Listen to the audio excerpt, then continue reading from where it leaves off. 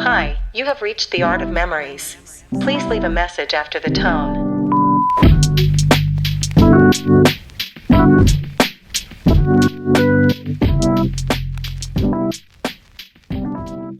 Morning, good afternoon, and good evening. My name is Monica Anthony, and welcome back to the Art of Memories.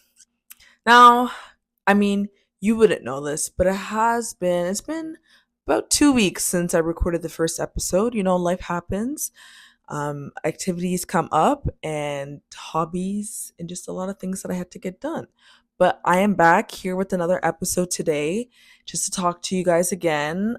I will get into the topic, but first, I really just wanted to give you a snippet of who I am. I feel like the first episode, I didn't really go into detail or really give you a snippet of who I was. So I'm just going to word vomit a bunch of facts and interesting things about myself so you can get to know me a bit and see if we can move forward from there. Just because, again, I don't want to get into these stories and these nitty gritties. Last week was pretty personal.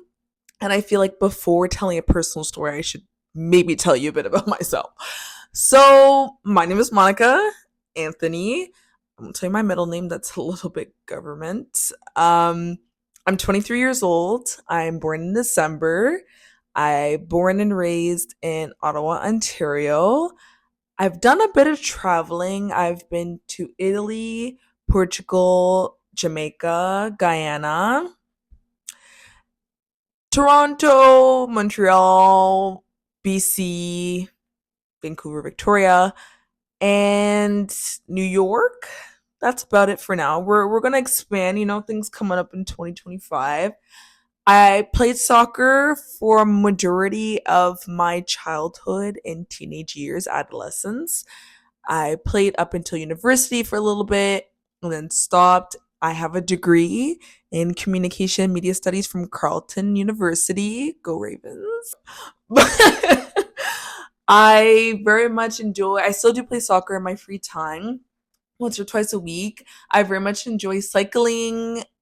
I also like to try different recipes ever since. Oh, I don't live at home. I have my own apartment. Moved out just 3 months ago, which is really exciting. I've been trying, like I just was saying, a lot of different recipes and just, you know, being in my creative space and doing stuff like this and just enjoying the independence and learning a lot about myself. What else is there? I work a full time job, government, like everyone else. I'm not really good at taking care of plants. That's relevant. That's really relevant. I don't know why, but it is. I do have one though. What's the name of the plant again? I don't really remember. Okay, let's move on. I used to have an addiction to Nutella about 2016, 2017. And my favorite snack is popcorn in this order. Movie popcorn first. I worked at the movie theater, so I know. If anyone's a popcorn connoisseur, that would be me. Movie popcorn first. I would even say kernels. If you've never had a kernels bag of popcorn, you're missing out. Right underneath, see, but then there's also Papa Jacks. Papa Jacks is so good. Like the one in the bag, that butter on there. Oh, and I also like, I have really bad reactions to stuff in high sodium. So it's kind of bad that I do like popcorn because there's a lot of salt involved in the snack. But I do sacrifice. I just have to like chug at least 2 water bottles before having any sort of popcorn and I'll be okay. So what I say? Movie, then I would say Papa Jack's kernels is there. I love me some smart food as well. Anything white cheddar, hit me up. And then if it's like store bought, I do like the Orville's, I think it's called, like the grocery store brand. So I'd kind of rank it like that. And if you have any other suggestions, let me know. I don't like caramel corn. I think that's disgusting. And anything dill pickled, that's also like kind of gross. I think that's about it. Oh, I'm Jamaican and Guyanese. That's my background, so don't forget that. And I think that's it. Hi, if you're watching this, you never met me. I hope this information was useful for you and you know a bit more about me, like I said. So let's get into the episode. But I really just wanted to talk about representation today, actually. Similar to my story of last week, I did talk about an experience that I had growing up. It was more of a, I wouldn't say it was about representation, but a little bit because I was wanted to represent, young girls growing up around that age and people who are going through a lot of hard issues at that time of their lives. But I really just want to talk about being black today. Like, I'm not even going to sugarcoat it. I'm going to talk to you about growing up being black. And I'm not going to say all the stories because, God, there are so many large events and small microaggressions, big microaggressions, all in between.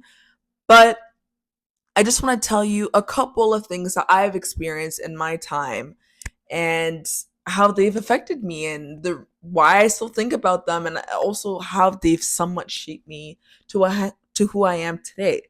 So, I want to ask you, do you remember how many black teachers you had growing up? Please count your fingers right now. I'll give you a couple seconds.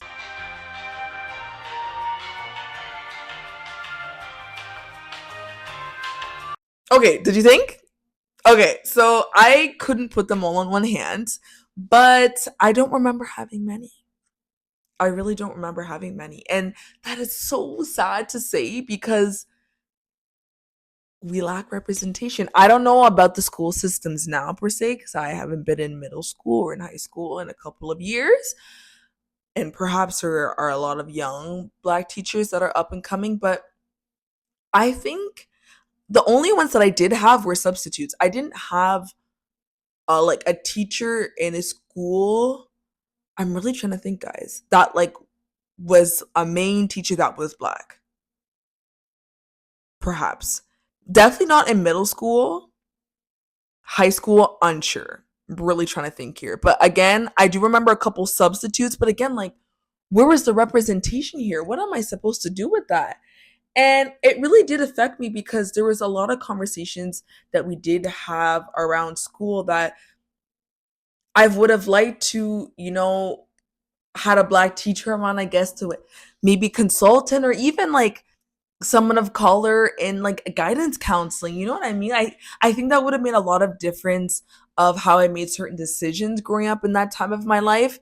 And there's just certain instances where I was like, what the heck? And I really didn't have anyone to turn to other than, I guess, other classmates who were also of color. But again, that's how many. I could probably count them all again in both of my hands. So there's times like I'll never forget in English class. I want to say this was 10th grade, whatever grade you read To Kill a Mockingbird. As soon as I say that, I know this is going to go downhill, but just wait. I'll never forget when our teacher introduced that book. It was me and one other black guy in the class. And I remember it was time of the curriculum to read that book. And the teacher says, okay, so it's time for us to read To Kill a Mockingbird. I know that this book is known for having a lot of, vulgar language and it may make a lot of people uncomfortable. So, if there's any time where you do feel uncomfortable and you think that you have to leave the room or, I have to interject, tell me what. I'm sitting here in the chair, eyes beaming on me. I can feel it. And I'm just sitting here. I'm like, like, I'm so uncomfortable because one, he's talking to me. He's talking to me and my guy next to me. Like, who is good? It's not going to make these white people uncomfortable. I'm sure half of the class is excited to say the words that are involved in this book. But why say, if anything, it would have been better before even talking to the class. And again, the teacher might have felt, oh, if I talk to Monica and so ahead of time, I might feel like I'm singling them out. But I would have preferred that in this moment because now you have pinpointed in the class that if at any time, or even, I'll never forget, we're reading the book. We're reading the book. And the word's coming up, the big old N word. And might be another classmate, and there was always times where like another classmate would go to read, and they would almost like stutter or like hesitate. Why are we reading this book? No, like, can we actually? No, guys. Now that like I'm talking about this, I really hope this still isn't. What is the significance of this book? Can you tell me? Can someone really tell me why we read this in school? I understand.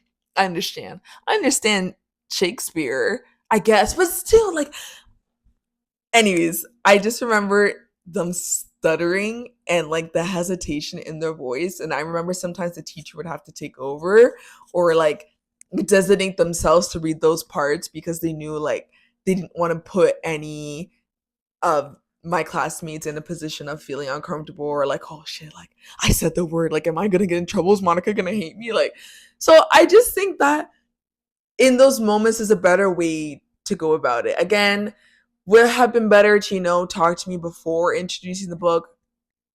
I don't know, but it's just for me and the other guy in the class is like, oh, like, I guess here. When I tell you I've really blurred out that whole time, I don't remember what that book is about. I don't remember what that book is about. So, just to say, there's times like that where you might not, as someone who's white in that classroom, you might not feel the uncomfortableness, but that will forever stick with me. I will never forget that moment of reading To Kill a Mockingbird. Reading To Kill a Mockingbird. I'll never forget that. I was so uncomfortable, guys. So that is just one example. And then this is kind of a funny story. There was this guy, and he realized one day that I really didn't look like a Monica. He came up to me and he said, "You don't look like a Monica. You know what you look like? Shaniqua." And you know what, guys? And you can laugh. I know you're laughing. I know you're laughing. But you know what, guys? He called me Shaniqua for the rest of the school year. And I think beyond that, really, until we graduated middle school.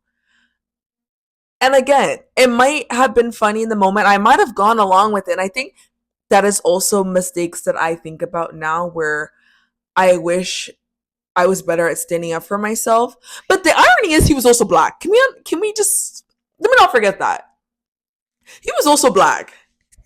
So I'm put in this position where someone who is of we share the same race, but this is still considered a microaggression.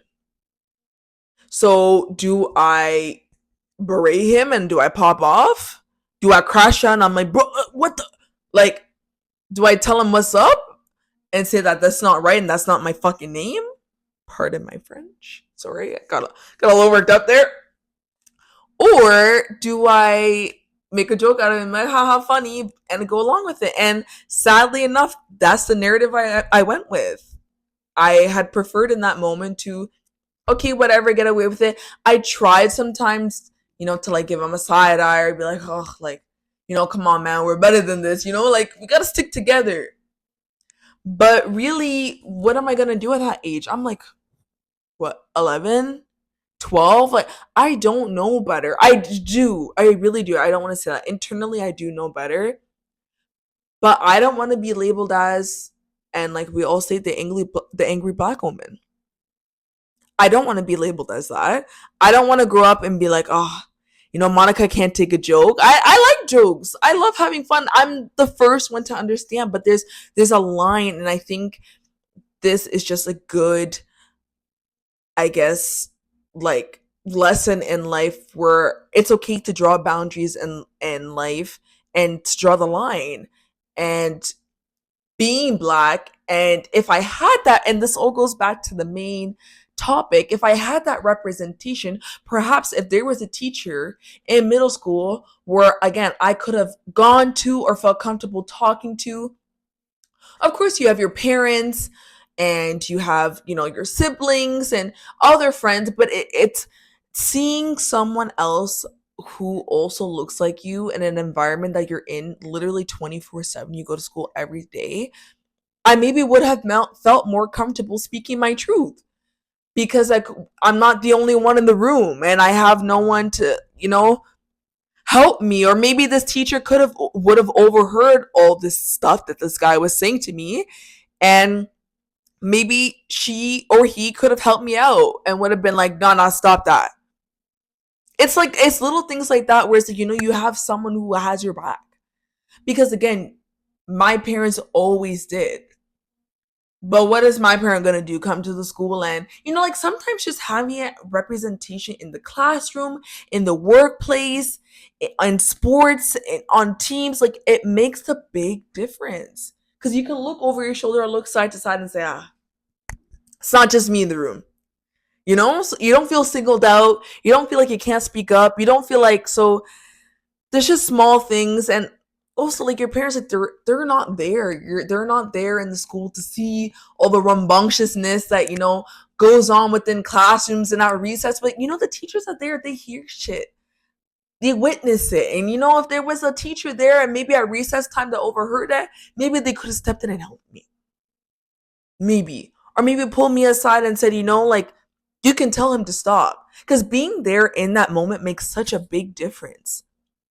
There's moments where my parents were there for me outside of school and they told me, hey, I overheard that, you can stop that. You don't have to stay quiet and, say hush hush. You can hush hush them and step up and use your chest and say, don't act smart, because that's not very nice. And I don't appreciate that. And I'm a person and I'm a human being and I deserve to be respected. If there was a moment where I could have gone back and had spoken up, I would have. But do I regret it? No. And mostly during these times, there are people of authority. When I was in high school, the receptionists, like the front desk people, when like they call and they say, Monica was, out of third period for a dentist appointment or whatever, or just when they leave the automated message that like you had skipped a period because of whatever, your parents were aware of it, you went to an appointment or whatever. They used to call, if I was at the appointment, they used to call home and say that my sister was gone for the appointment. Do you know how fucked up that is? That they used to get my sister and I mixed up just because we were black. We didn't look anything, still don't look alike personally. If you've seen us, we have different heights. She wears glasses. We have different skin tones. Like, there's just so many characteristics about us where it's like, are you paying attention?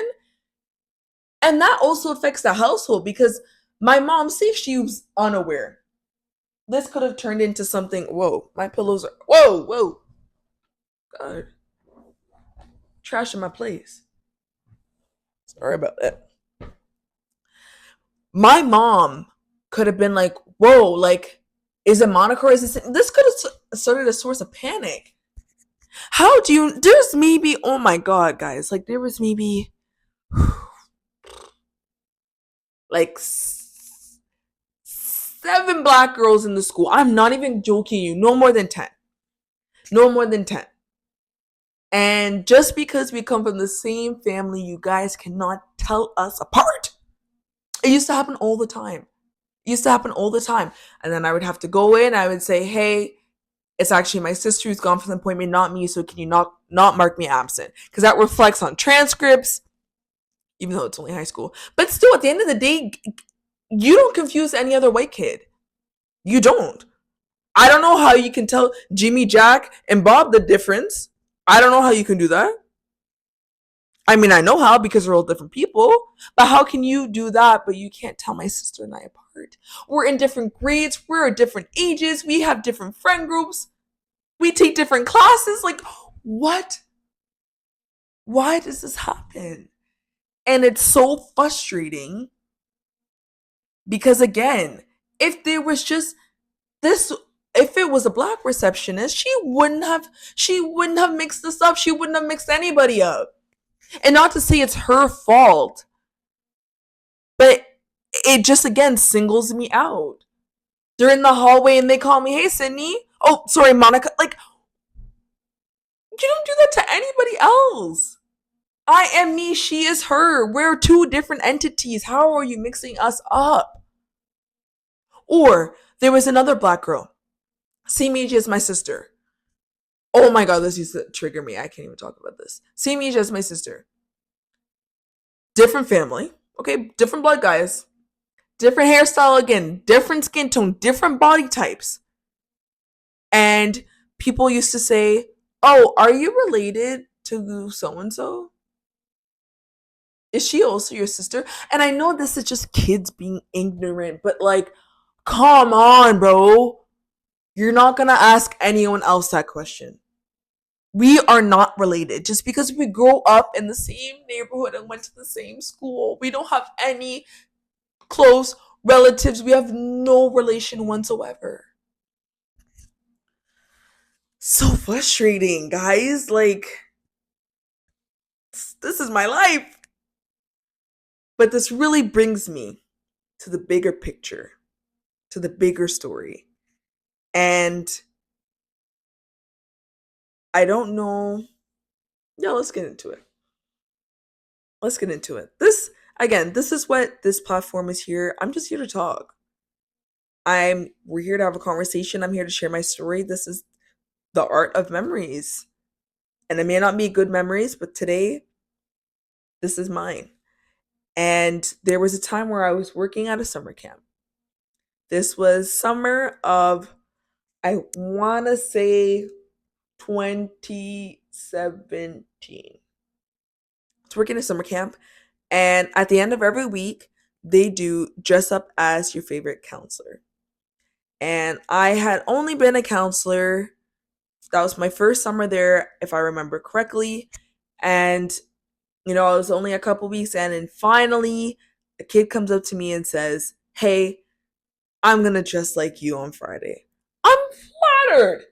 I'm like, oh my gosh, finally, someone is representing me. Someone is going to come. And again, it's easy to dress up as the other counselors. They're the same skin complexion. But finally, it wasn't a kid of the same, he wasn't black. This kid wasn't black. But he said he was going to dress up as me. I'm thinking, okay, he's going to wear, some like, I don't know, some like shorts and a counselor shirt and like maybe like do his hair in a certain way. Now that I think about it, I don't know how he's gonna dress up as me. I used to wear hats. Like, I don't know. I thought he was really gonna be creative. And now that I think about it, this is a bad idea. I don't even know if they still do this at this camp. I'm gonna have to ask someone that I know that works there. But the next day he showed up. It was me, all right.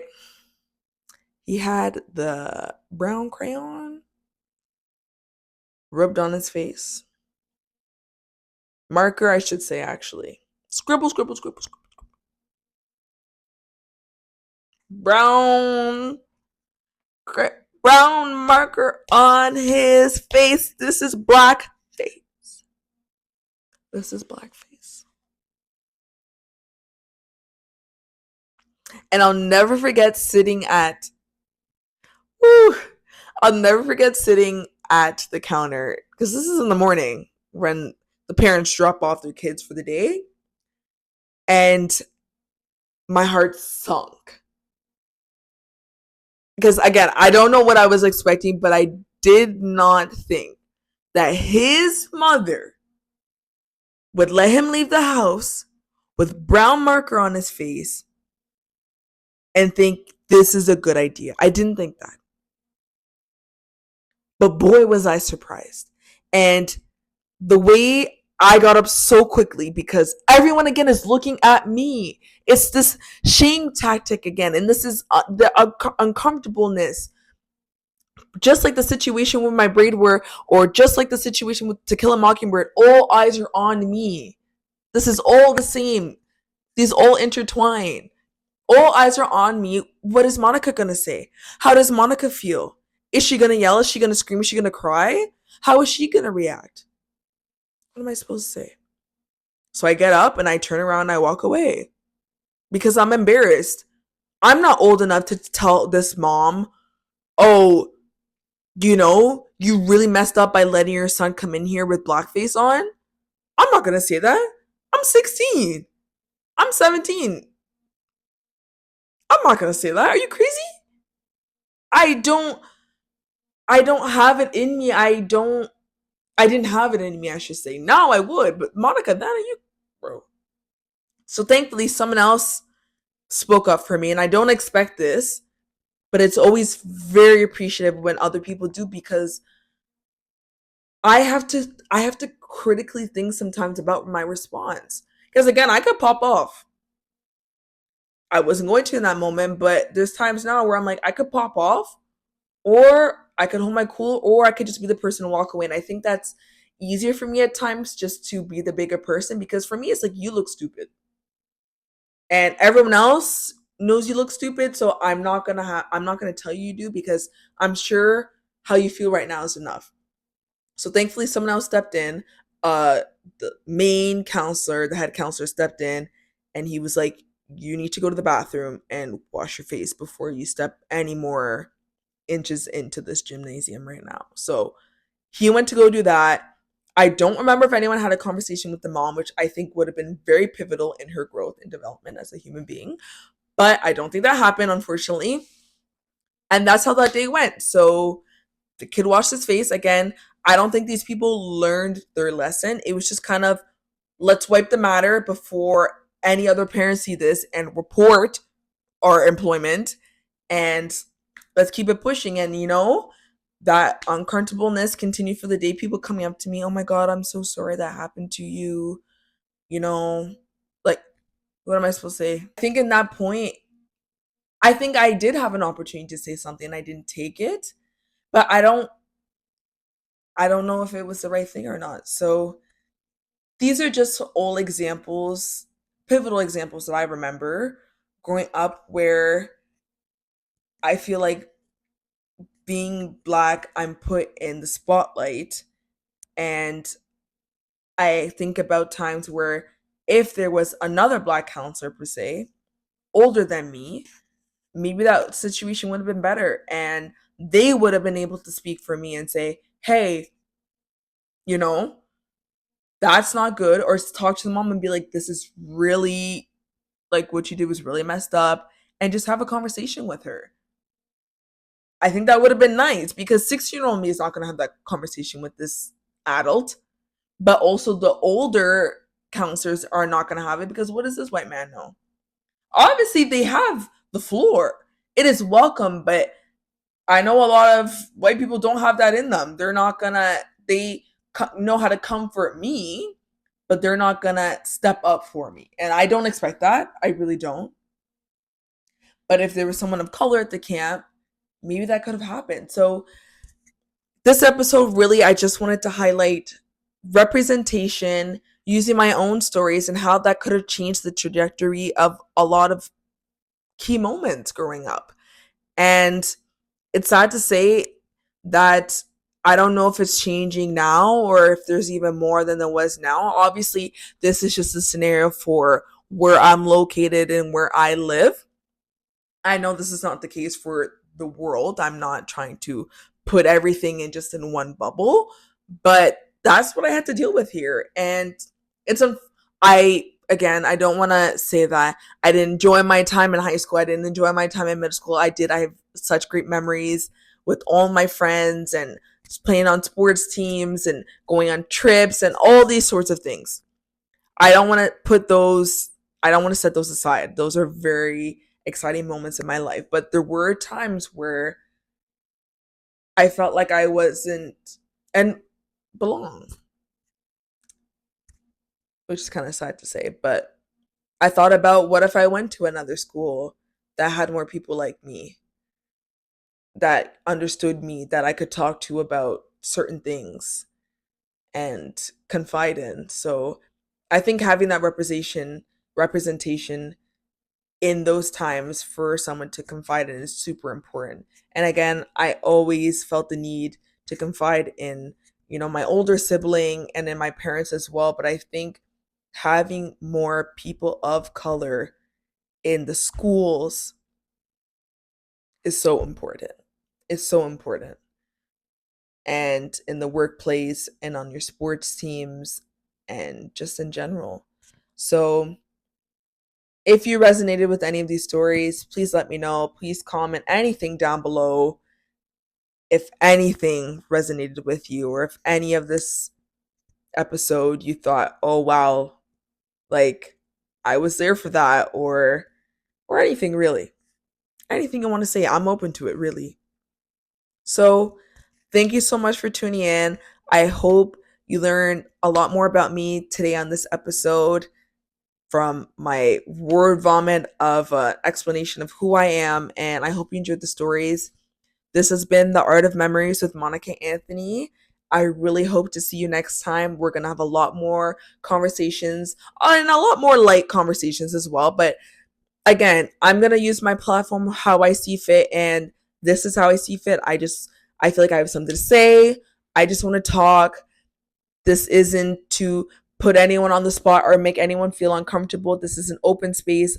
This is a very welcoming environment, and your memories are my memories, and let's share. So, see you next time. Thank you so much for listening, and good evening.